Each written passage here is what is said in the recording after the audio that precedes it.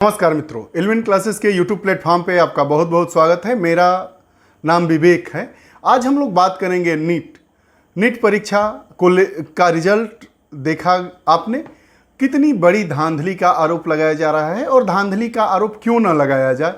720 number मतलब 100% number पाने वाले छात्रों की संख्या 67 के आसपास है। एनटीए नेशनल टेस्टिंग एजेंसी के द्वारा संपादित कराई जाने वाली नीट परीक्षा के परिणामों पर उंगली उठने लगी है। कई लोगों ने तो सुप्रीम कोर्ट और हाई कोर्ट का दरवाजा खटखटाया है।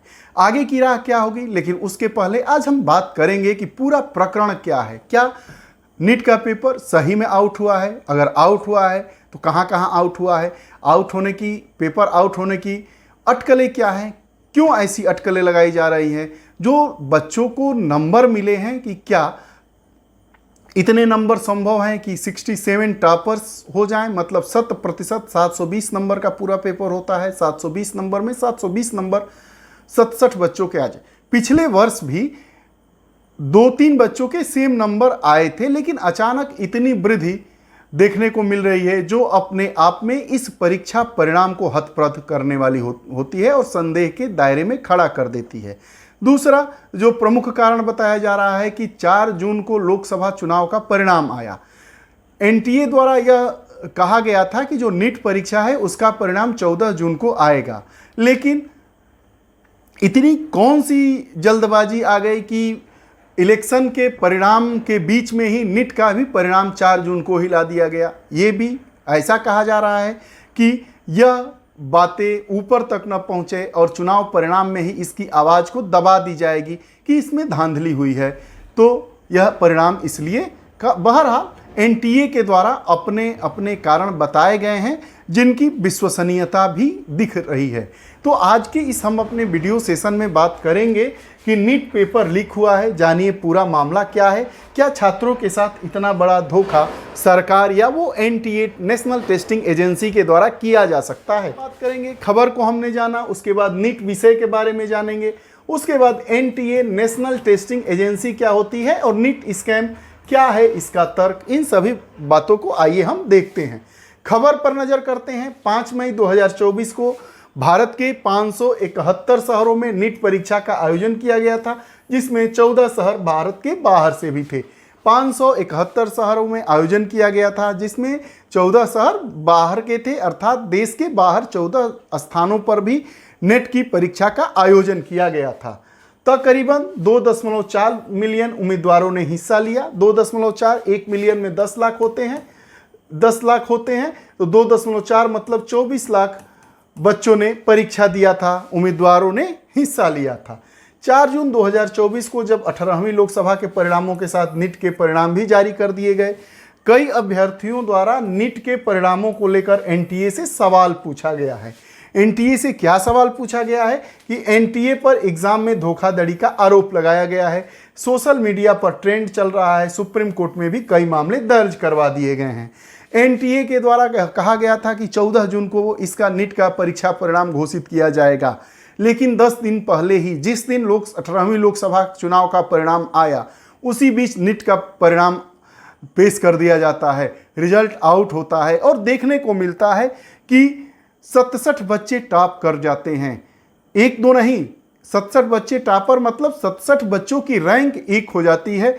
बच्चों के द्वारा इस पर सवाल उठाने और धोखाधड़ी का आरोप लगाना लाजमी बात है और उस आरोप की विश्वसनीयता अपने आप में दिखती है।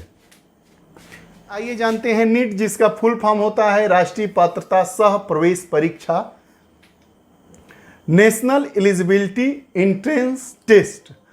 उन छात्रों के लिए एक प्रवेश परीक्षा जो सरकारी या निजी मेडिकल कॉलेजों में स्नातक चिकित्सा पाठ्यक्रम, एमबीबीएस, बीडीएस या स्नातकोत्तर पाठ्यक्रम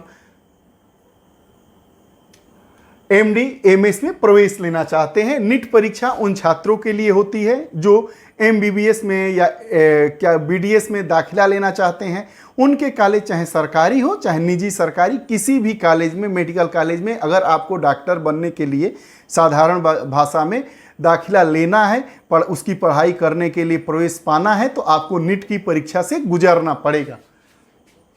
जिसका उद्देश्य क्या था। अब नीट परीक्षा का उद्देश्य क्या था, तो इसका उद्देश्य था कि भारत भर में चिकित्सा और दंत चिकित्सा पाठ्यक्रमों के लिए प्रवेश प्रक्रिया को मानकीकृत करना। मतलब पहले यह होता था कि स्टेट का अपना परीक्षा होता था, डॉक्टरी परीक्षा में, डॉक्टरी कोर्स में प्रवेश के लिए एक सेंट्रल का होता था। तो जो तेज बच्चे होते थे उनका एडमिशन हर जगह हो जाता था, और जो थोड़े से कमज़ोर छात्र होते थे या जो परीक्षा में सही परफॉर्म नहीं कर पाते थे उनका एडमिशन ही नहीं हो पाता था। तो सरकार के द्वारा यह तो एक बहुत सराहनीय कदम उठाया गया कि सभी को एक करके नीट की परीक्षा का आयोजन करवा दिया गया। अब नीट की परीक्षा का आयोजन करवाता है तो एनटीए नाम की एजेंसी का गठन किया गया। एनटीए जिसको नेशनल टेस्टिंग एजेंसी कहा जाता है, और वही एजेंसी क्या करती है, नीट की परीक्षा को संपादित करवाती है। पेपर बनाने से लेकर परीक्षा केंद्रों के निर्धारण तक जितनी सारे क्रियाकलाप होते हैं उनका सबका कार्य रूप एनटीए के द्वारा ही दिया जाता है। उम्मीदवारों की पात्रता का एक समान मूल्यांकन सुनिश्चित करना इसका उद्देश्य था। नीट परीक्षा का आयोजन राष्ट्रीय परीक्षण एजेंसी एनटीए करती है, जो शिक्षा मंत्रालय के अंतर्गत काम करती है। केंद्र का जो शिक्षा मंत्रालय है उसके अंतर्गत कार्य करने वाली एक एजेंसी है एनटीए, नेशनल टेस्टिंग एजेंसी, जिसका हिंदी में नाम राष्ट्रीय परीक्षण एजेंसी है। वही नीट की परीक्षा का आयोजन करती है। और नीट की परीक्षा का क्या होती है, ऐसे उम्मीदवार, ऐसे लोग जो एमबीबीएस में दाखिला लेना चाहते हैं, बीडीएस में दाखिला लेना चाहते हैं, ये बैचलर डिग्री होती है। और अगर स्नातकोत्तर डिग्री, मास्टर डिग्री मतलब एमएस और एमडी में अगर आपको दाखिला लेना है तो भी नेट की परीक्षा के द्वारा ही आपको दाखिला दिया जाएगा। एजेंसी एनटीए, एनटीए के बारे में आइए बात करते हैं। नेशनल टेस्टिंग एजेंसी इसका अंग्रेजी रूपांतरण है। भारत में एक स्वायत्त संगठन है। इसका कार्य क्या होता है, उच्च शिक्षण संस्थानों के लिए प्रवेश परीक्षा का आयोजन। उच्च शिक्षण संस्थानों के लिए प्रवेश परीक्षा का आयोजन कौन करवाता है, एनटीए करवाता है। नीट की परीक्षा का भी आयोजन कौन करवाया था, एनटीए के द्वारा ही करवाया गया था। एनटीए जिसका मुख्यालय नई दिल्ली में है, स्थापना 2017 में किया गया था एजुकेशन, मिनिस्ट्री ऑफ एजुकेशन के द्वारा। कहाँ की, केंद्र की जो सरकार के अंतर्गत जो शिक्षा मंत्रालय होता है उसके द्वारा नवंबर 2017 में इसको स्टेबल किया गया था, नेशनल टेस्टिंग एजेंसी को एक स्वायत्त संगठन के रूप में। इसका उद्देश्य था कि प्रवेश परीक्षाओं की गुणवत्ता एवं पारदर्शिता में सुधार करना, मूल्यांकन प्रक्रिया में निष्पक्षता एवं दक्षता सुनिश्चित करना। यह अपने उद्देश्यों से, इस रिजल्ट को अगर देखा जाए और इसके उद्देश्य को देखा जाए तो कहीं ना कहीं एनटीए अपने उद्देश्यों से दूर भटकती हुई नजर आ रही है। बच्चों के भविष्य के साथ खिलवाड़ किया गया है, खिलवाड़ हो रहा है। सुप्रीम कोर्ट में भी मामला गया है, मध्य प्रदेश हाई कोर्ट में भी मामला गया है। अब सोचिए, बच्चे दिन रात मेहनत करते हैं और ऐसे ऐसे आरोप मीडिया के सामने आ रहे हैं। उनकी सत्यता क्या है वह तो मैं नहीं जानता हूं, लेकिन जो रिपोर्ट आते हैं वह चौंकाने वाले होते हैं। आंख से आंसू निकल जाता है। अगर आपके बच्चे या आप खुद तैयारी किए होंगे तो उसका मर्म आप समझ पाएंगे, अन्यथा आप मर्म नहीं समझ पाएंगे। बच्चे दिन रात पढ़ते हैं, तीसरी मंजिल पर कमरा लेकर रहते हैं, 50 डिग्री टेम्परेचर, कोटा का टेम्परेचर जानते ही हैं, कोटा में सबसे ज़्यादा बच्चे रहकर तैयारी करते हैं। क्या गुजरता होगा अगर वह मेहनत करके पढ़ के, और 720 नंबर में 650 नंबर लाना मतलब 90% नंबर लाना, 90% लाना, वो भी माइनस मार्किंग पर, कितना कठिन होता है आप खुद अंदाज़ा लगा लीजिए। उसमें अगर किसी परीक्षा सेंटर के, एक ही परीक्षा सेंटर में 7-7, 8-8 बच्चों के नंबर सेम आ जाते हैं तो क्या यह धोखाधड़ी नहीं है तो क्या है? स्वयं से आप सवाल पूछिए, क्या इस तरह की व्यवस्थाएं सही हैं?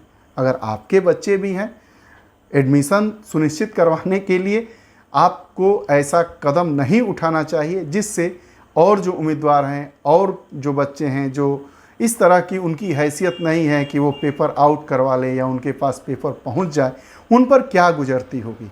कई बच्चे तो गलत कदम भी उठा सकते हैं। बहरहाल परीक्षा जीवन नहीं है, जीवन रहेगा तो कई परीक्षाएं आएंगी। आगे बढ़िए, मेहनत करिए, और संभावना ऐसी जताई जा रही है कि नीट का पेपर दोबारा होगा। आइए आगे बात करते हैं। क्या है तर्क? अब इस पर तर्क क्या है, नीट का जो स्कैम है, घोटाला है, उसके पक्ष और विपक्ष में क्या तर्क हैं। कुल 67 टॉपर्स निकले हैं। मतलब जो टोटल एग्जाम होता है 720 नंबर का, 180 क्वेश्चन आते हैं, उसमें 180 में 180 प्रश्न कितने बच्चे कर दिए हैं, 67। 720 टॉपर्स आए हैं, मतलब फर्स्ट रैंक 67 लोगों की है। कुल 67 परीक्षार्थियों ने टॉप किया और सबकी रैंक एक है। AIR देखते होंगे, ऑल इंडिया रैंक की बात करता है। 2023 में 2 लोगों के सेम मार्क्स आए थे, 2022 में एक टॉपर बना था, 2021 में 3 लोगों के सेम मार्क्स आए थे, मतलब 3 लोग टॉपर थे पहली रैंक पर। 2020 में एक और 2019 में एक। वह कौन सी ऐसी परिस्थितियां आ गई कि 2023 में 2 टॉपर्स हुए हैं। सबसे ज़्यादा 1 अंक पाने वाले toppers air 1 all India rank 1 पर 3 टॉपर आए थे वर्ष 2021 में, लेकिन 3 सालों में वह कौन सी ऐसी परिस्थितियां आ गई कि 2024 में 67 टॉपर्स हो गए, मतलब 720 नंबर में 720 नंबर लाने वाले 67 टॉपर्स आ गए, जिनकी ऑल इंडिया रैंक 1 हो गई। आरोप क्या लगाया जा रहा है? कई विद्यार्थी एक ही केंद्र से हैं, कई विद्यार्थी एक ही परीक्षा केंद्र से हैं जिनको इतना नंबर मिल गया है। उनका रोल नंबर भी समान है, प्रश्न उठना लाजमी है। NTA का क्या तर्क है? नेशनल टेस्टिंग एजेंसी जो अपना तर्क देती है कि प्रश्न पत्र का जवाब NCERT में गलत था, विद्यार्थियों की अधिक संख्या थी, एक प्रश्न पत्र का सवाल ही गलत था, सबको सेम नंबर दे दिया गया, मतलब 4 नंबर।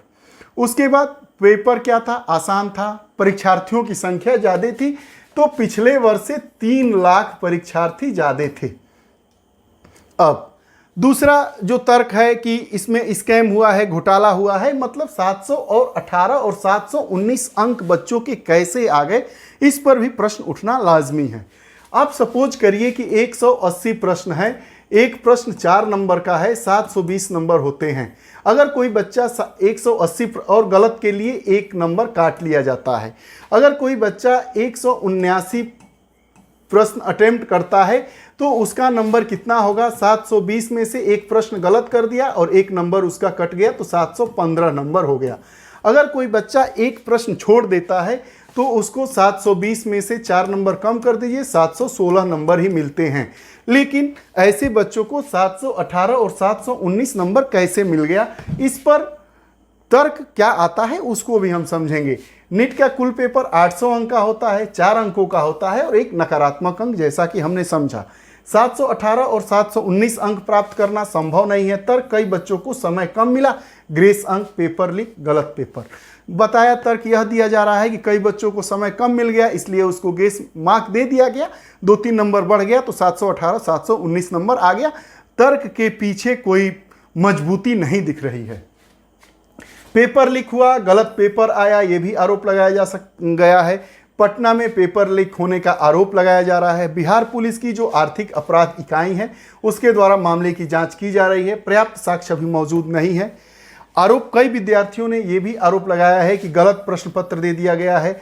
कई विद्यार्थियों का आरोप यह लगा है कि हिंदी मीडियम वाले बच्चे को इंग्लिश मीडियम और इंग्लिश मीडियम वाले बच्चे को हिंदी मीडियम का पेपर दे दिया गया है। बड़ा यह आरोप लगाया जा रहा है कि परिणामों की शीघ्र घोषणा कर दी गई। 14 जून की तिथि निर्धारित की गई थी कि NTA के द्वारा नीट परीक्षा का रिजल्ट घोषित किया जाएगा, लेकिन उसके 10 दिन पहले ही 4 तारीख को ही, 4 जून को ही, जब लोकसभा चुनाव का रिजल्ट आ रहा था, उसी दिन इसका भी परिणाम घोषित कर दिया गया। इस पर भी सवाल उठाए जा रहे हैं और कहा यह जा रहा है कि यह जो धांधली के शोर को दबाने के लिए लोकसभा चुनाव के परिणाम वाले दिन ही इस रिजल्ट को ला दिया गया, जो लाजमी भी दिखाई दे रहा है।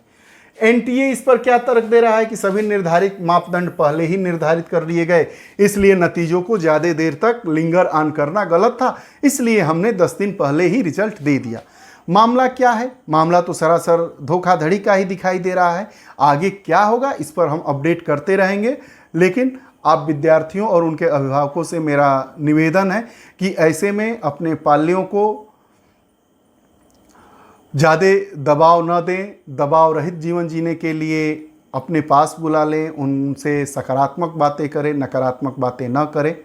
और परीक्षा रिजल्ट के बारे में अगर आपका भी कोई जानने वाला बच्चा है तो उससे ज़्यादा इस विषय पर बात न करिए, क्योंकि बार बार अगर बात करेंगे तो उसके मन में तमाम तरह के प्रश्न उठेंगे। युवा मन होता है, मन कहीं भी जा सकता है। और आप छात्रों से, भाइयों से निवेदन है कि आप लोग कोई गलत कदम ना उठाइए सरकार के द्वारा, और हमारी जो न्यायपालिका है उस पर विश्वास करिए। अगर ऐसी धांधली हुई है और उसके पुख्ता सबूत मिलते हैं तो परीक्षा दोबारा होगी, निश्चित होगी। तैयारी करिए और यकीन मानिए जो लोग धांधली वाले हैं वह तुरंत बाहर होंगे और जेल की सलाखों के अंदर होंगे। यह रहा नीट विवाद से जुड़ा हुआ मामला, पेपर लीक से जुड़ा हुआ मामला। छात्रों का क्या आरोप है, एनटीए का क्या तर्क है, एनटीए क्या होता है, नीट क्या होता है, इन सभी पहलुओं को हमने जाना। आपको हमारी वीडियोस कैसी लगती है कमेंट बॉक्स में अपने विचार दीजिएगा।